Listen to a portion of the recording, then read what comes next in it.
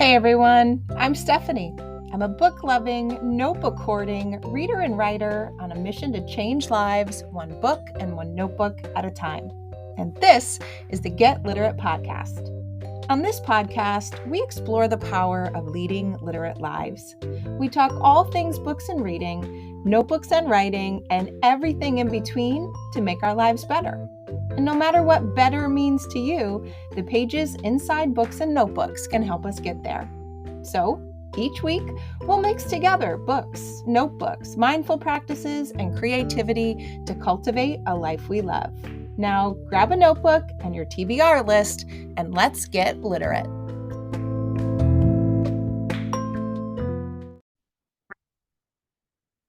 Hey everyone, Stephanie here, welcoming you back to another episode of the Get Literate podcast. I think I can finally say that here in upstate New York, that spring is officially on its way. We were shocked last week to have beautiful weather in the high 80s. Unfortunately, it didn't quite last. We are back down to being in the 40s and a little bit rainy this week, but spring is definitely here. The plants are starting to bloom, and I can even see the hostas peeking out from the leaves that I forgot to rake over them. The kids have traded in their pants for shorts already, and I'm getting ready to plan our annual garage sale, which is a very spring-like thing to do. Spring seems to be the time for organization and for decluttering and just cleaning and airing things out. So I thought, if we're talking about spring cleaning in other areas of our life, why not talk about spring cleaning our bookshelf? So today we're going to have some fun, and we're going to talk about shelf care. Not self-care, shelf care. Care for our bookshelves, right? Because if self-care is tending to ourself in restorative and nourishing ways, then shelf care is tending to our bookshelf in restorative and nourishing ways. And that's what we're going to do. Now, don't worry. I am not going to go all Marie Kondo on you and ask you to pare down all of your books to only the select few that spark joy. No, I am a book collector. I love books piled on my bookshelves. I love books in baskets in multiple rooms of the house. I've got book stacks on my desk, book stacks on my kitchen counter, book stacks beside my bed, right? And when I run out of room for more books, I just go downstairs to the already overloaded extra bookshelves in our basement and I smush them in there. Or maybe I box them up and I save them for later, or maybe I donate them too. Honestly, I have books everywhere, and I've been told that if we ever move again, I must carry my own boxes of books. And I'm okay with that.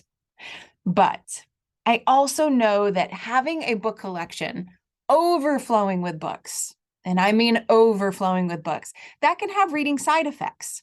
The visual clutter can cause some of us overwhelm. I'm raising my hand here.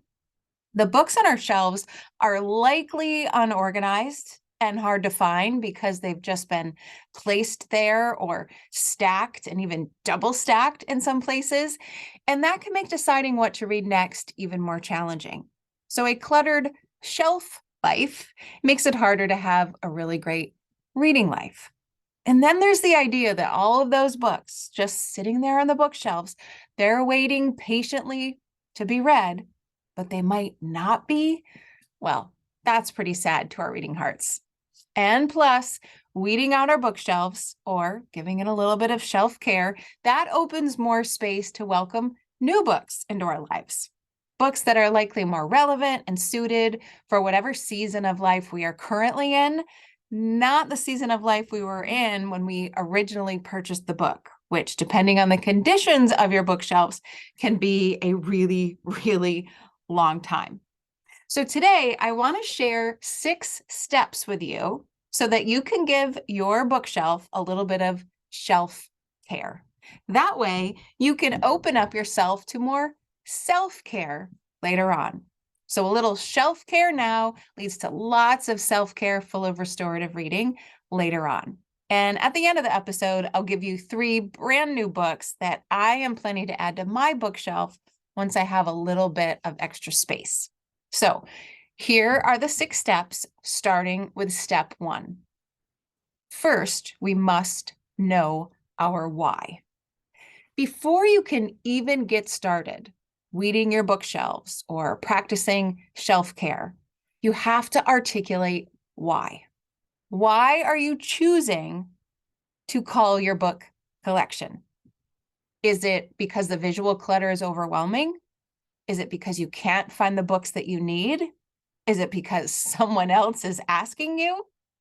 Whatever it is, I want you to take a minute to think about the why behind this work you are about to do, because that will give your bookish heart the energy it needs to tackle it. And weeding out your bookshelf requires a lot of energy for people like us who love books. So think about your why and say it out loud. Think about your why and say it out loud. Maybe you want a cleaner and a more refreshed look for your bookshelves so that you can spark up your own reading life.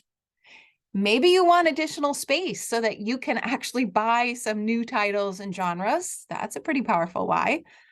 Or maybe you just want a chance to sift through your reading life, past, present, and then plan for the future. There's a whole lot of reasons of why you might decide to weed out and organize your bookshelf, but the idea is that you first have to have your why, especially when things get hard, trying to make those decisions and feeling bad about which books to give away and which ones to hold on to. Think about what your purpose is and keep it front and center. If not, you might not end up with a better looking bookshelf than when you started because you've simply held on to them all and perhaps just rearranged them a little bit.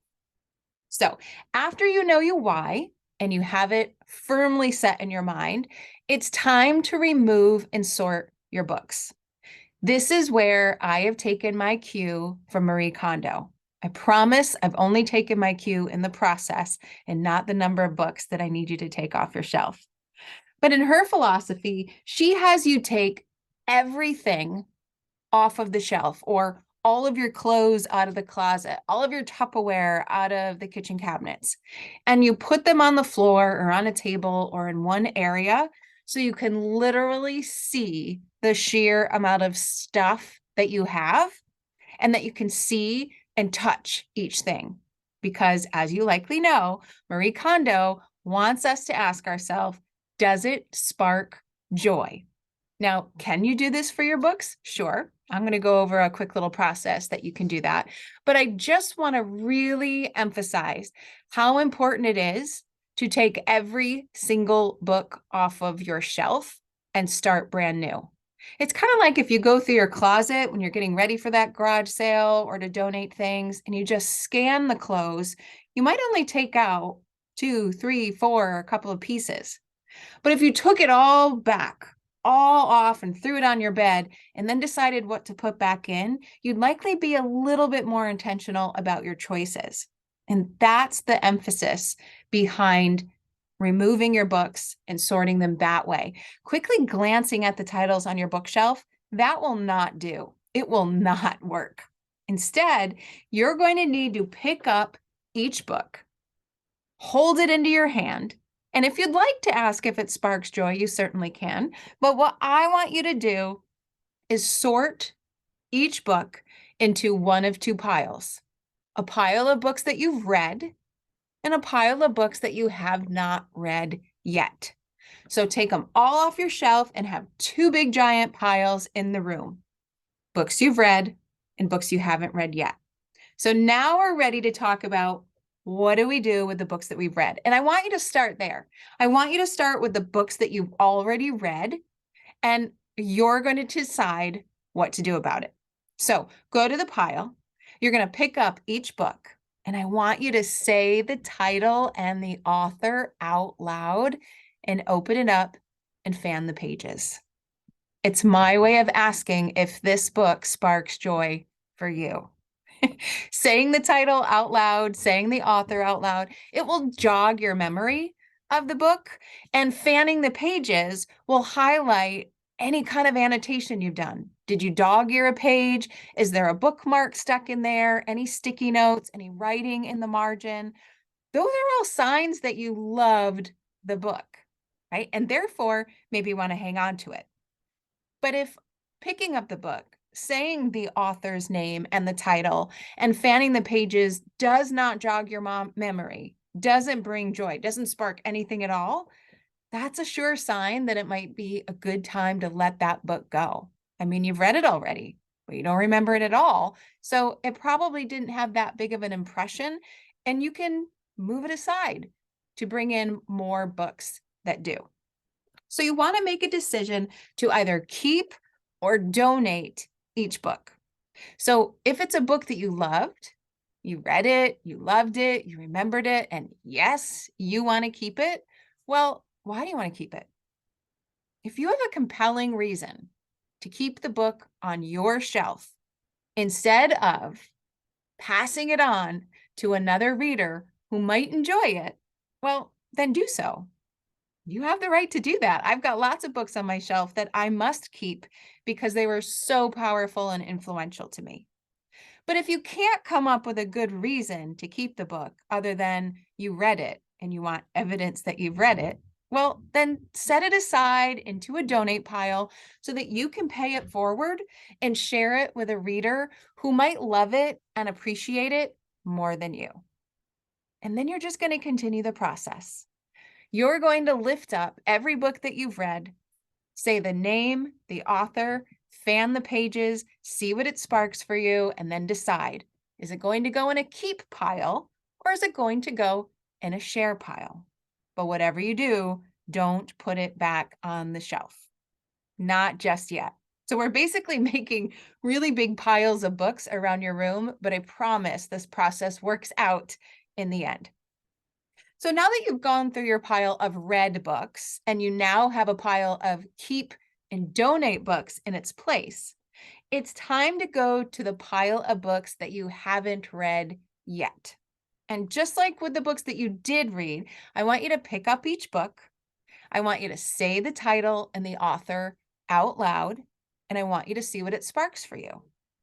How do you feel? Does this book jog your memory at all?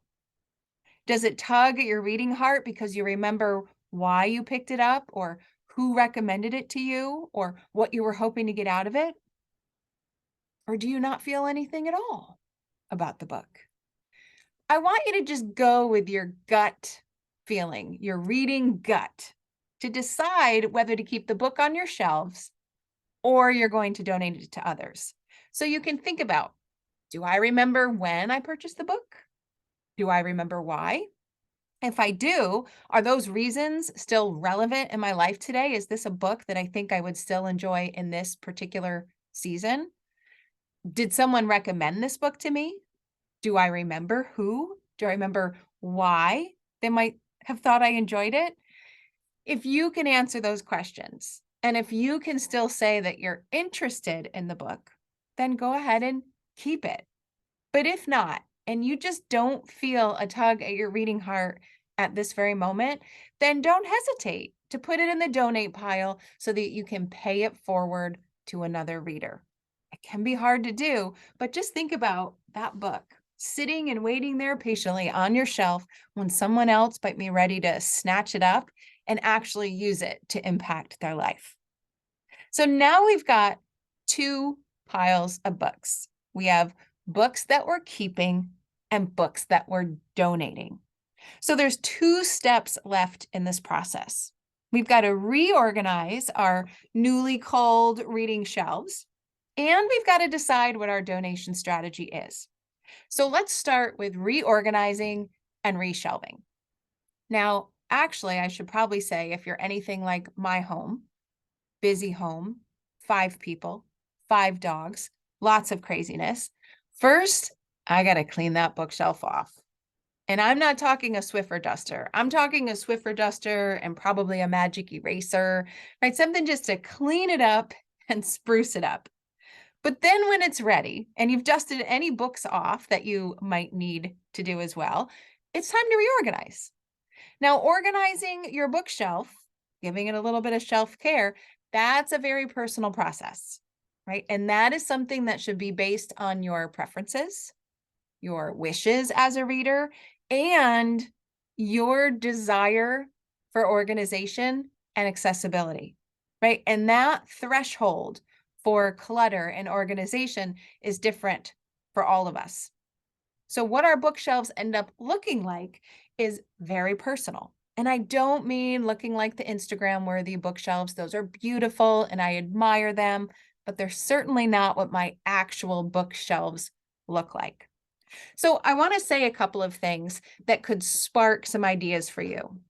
How do you want to put these books back on the shelf? You could shelve those books by reading status. Shelves for books that you've read and shelves for books that you haven't read yet, so that it's very easy to get to those books that still need your attention.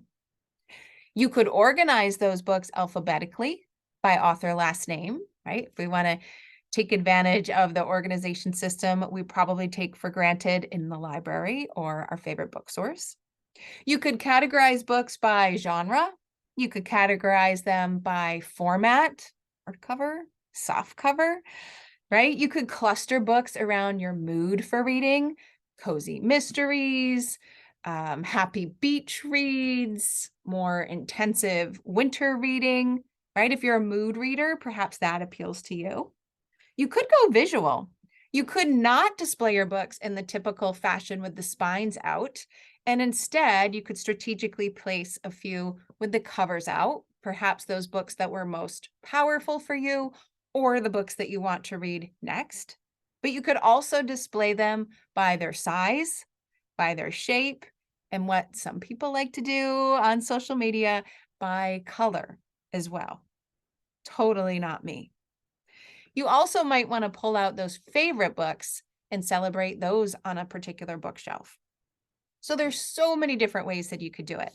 Me personally, I have two really big floor-to-wall bookshelves on either side of a big window in my living room.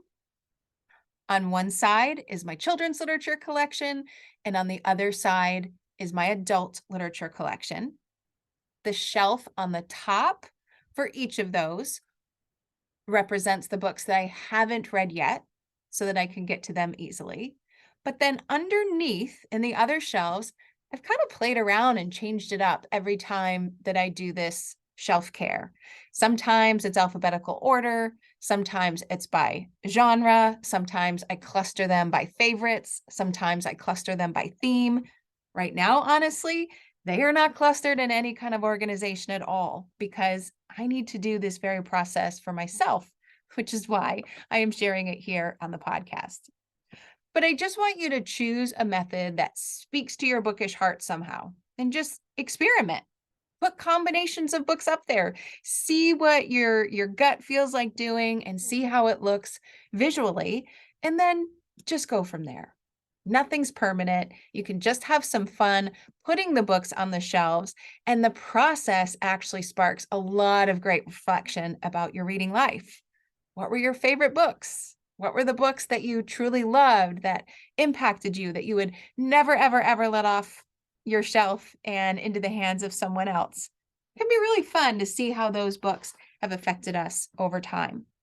But the idea is that with those books that you have left, those books matter. Those books mean something. Those books are personal to you, whether it's because you've read them or you haven't read them yet.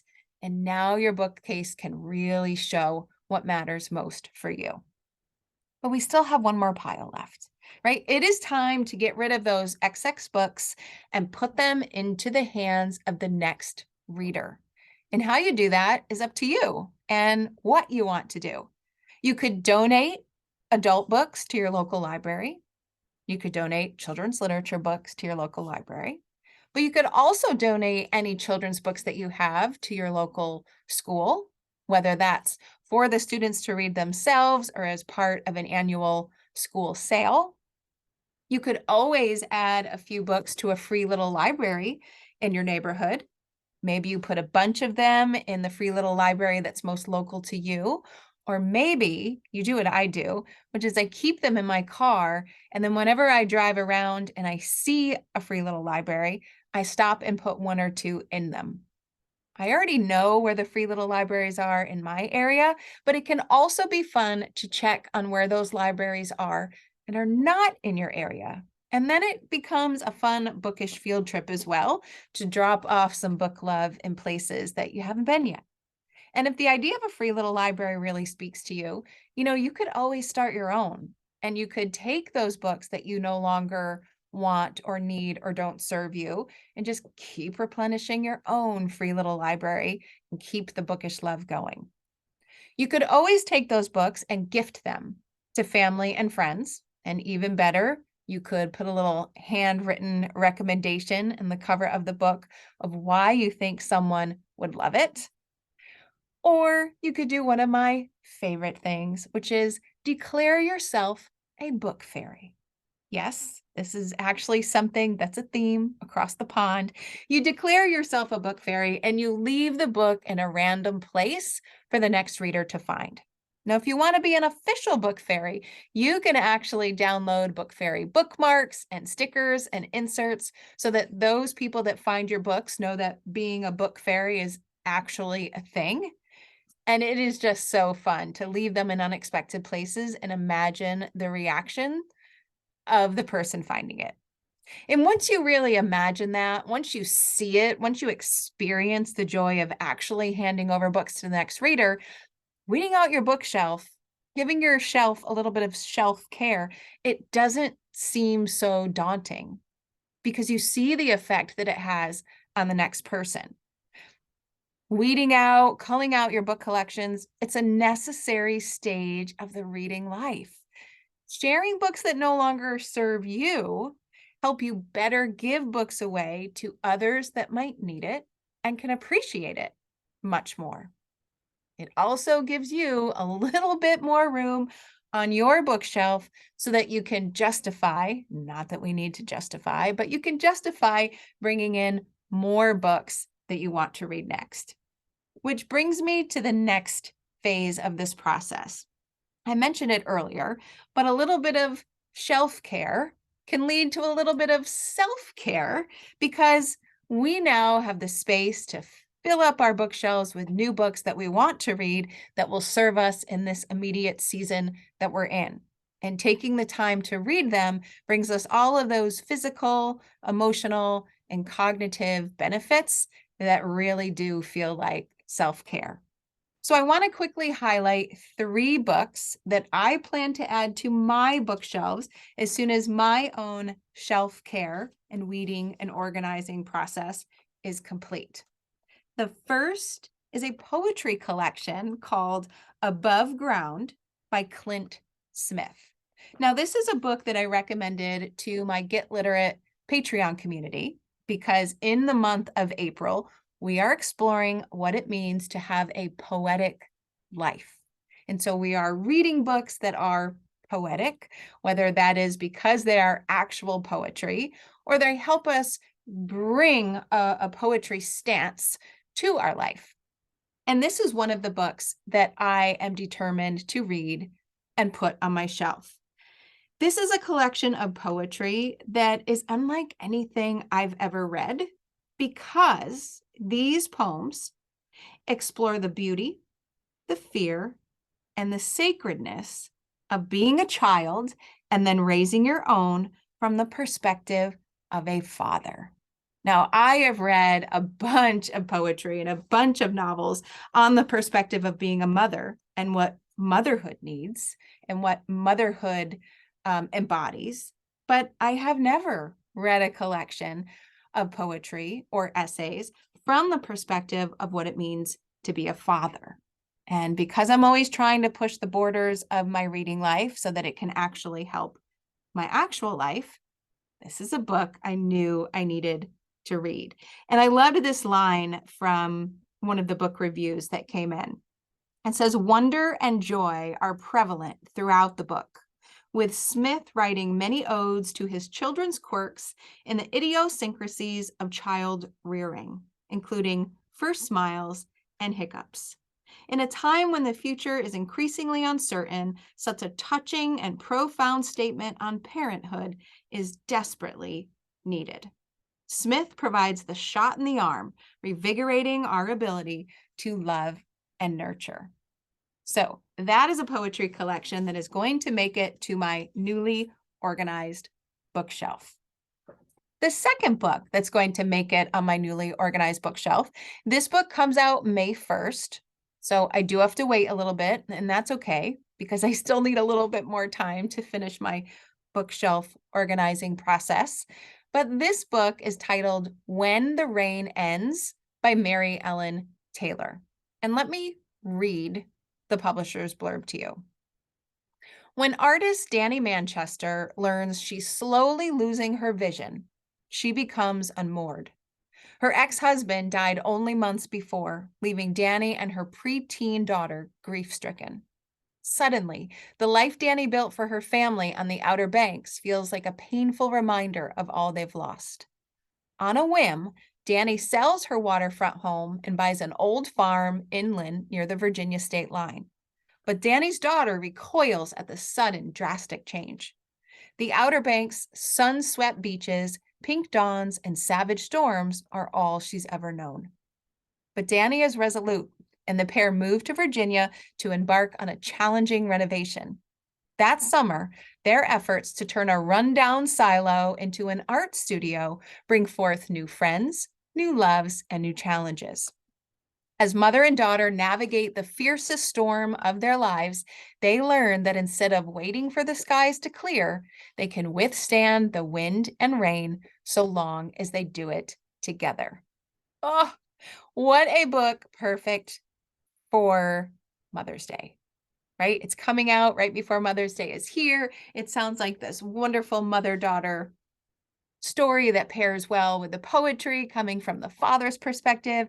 And I can't wait to read these two books together so that I can compare them and contrast them and just enrich the whole experience by reading these fairly close to each other. So that is When the Rain Ends by Mary Ellen Taylor. And lastly, the third book that I want to put on my shelf, I have to admit to you, the sole reason that I first picked up this book, that I wanted it mine. It just was released on April 18th of 2023. I know we are not supposed to judge a book by its cover, but I did because this cover was just stunning to me. I have a 16-year-old daughter who is an amazing artist, and she is in a line art phase. She can draw the most beautiful line art images with just a mechanical pencil. It's just crazy to me. And so when I saw this cover, I instantly saw a line art project that I knew my daughter could do, and I wanted her to draw for me. I actually took a picture of the cover and I texted it to her and I said, you need to draw this. So I was hooked into the book because I was so smitten with the cover. But then when I read what was inside, I knew it was one that was perfect. It was not only perfect because it's a new release, it's got a beautiful cover, the storyline is provocative, but I think you'll also see how it ties into the shelf care and self-care theme when I read you the publisher's blurb, which is what I'm going to do right now. For 26-year-old Adelaide Williams, an American living in dreamy London, meeting Rory Hughes was like a lightning bolt out of the blue. This charming Englishman was the one she wasn't even looking for. Is it enough? Does he respond to texts, honor his commitments, make advanced plans? Sometimes, rarely, and no, not at all. But when he shines his light on her, the world makes sense, and Adelaide is convinced that in his heart, he's fallen just as deeply as she has. Then, when Rory is rocked by an unexpected tragedy, Adelaide does everything in her power to hold him together, even if it means losing herself in the process. When love asks too much of us, how do we find the strength to put ourselves first? With unflinching honesty and heart, this relatable debut from a fresh new voice explores grief and mental health while capturing the timeless nature of what it's like to be young and in love with your friends, with your city, and with a person who cannot, will not love you back. Oh, this book had everything. It had the cover, it has the storyline, and it has the theme of loving yourself and being enough for yourself and putting yourself first, which is the whole idea behind self-care. And here we are talking about shelf-care. So that's what I have for you today. A 6-step process to give your bookshelf a little shelf care so that you can give yourself a little bit of self-care as a reward. I would love to know how your book cleaning, book organization, book weeding process goes. And I'd also love to know what books you're going to fill on those bookshelves once you have that extra room. Let me know which books you kept. Let me know which books you were willing to let go of. Let me know how you donated the books, how you organized them. Snap a picture of your newly organized bookshelves. I'd love to see it. You can tell me all of this and even leave me some pictures in the comments of the episode in the show notes at alitlife.com. And you can also find me on social media at AfinitoLit. You can send me a private message or you can leave me comments on the post for this episode. Either way, I hope you do. I really want to see what happens when you give yourself a little bit of shelf care and then how you feel in the process as you keep going. So happy spring, happy organizing, and happy reading, everyone. I'll see you in the next episode.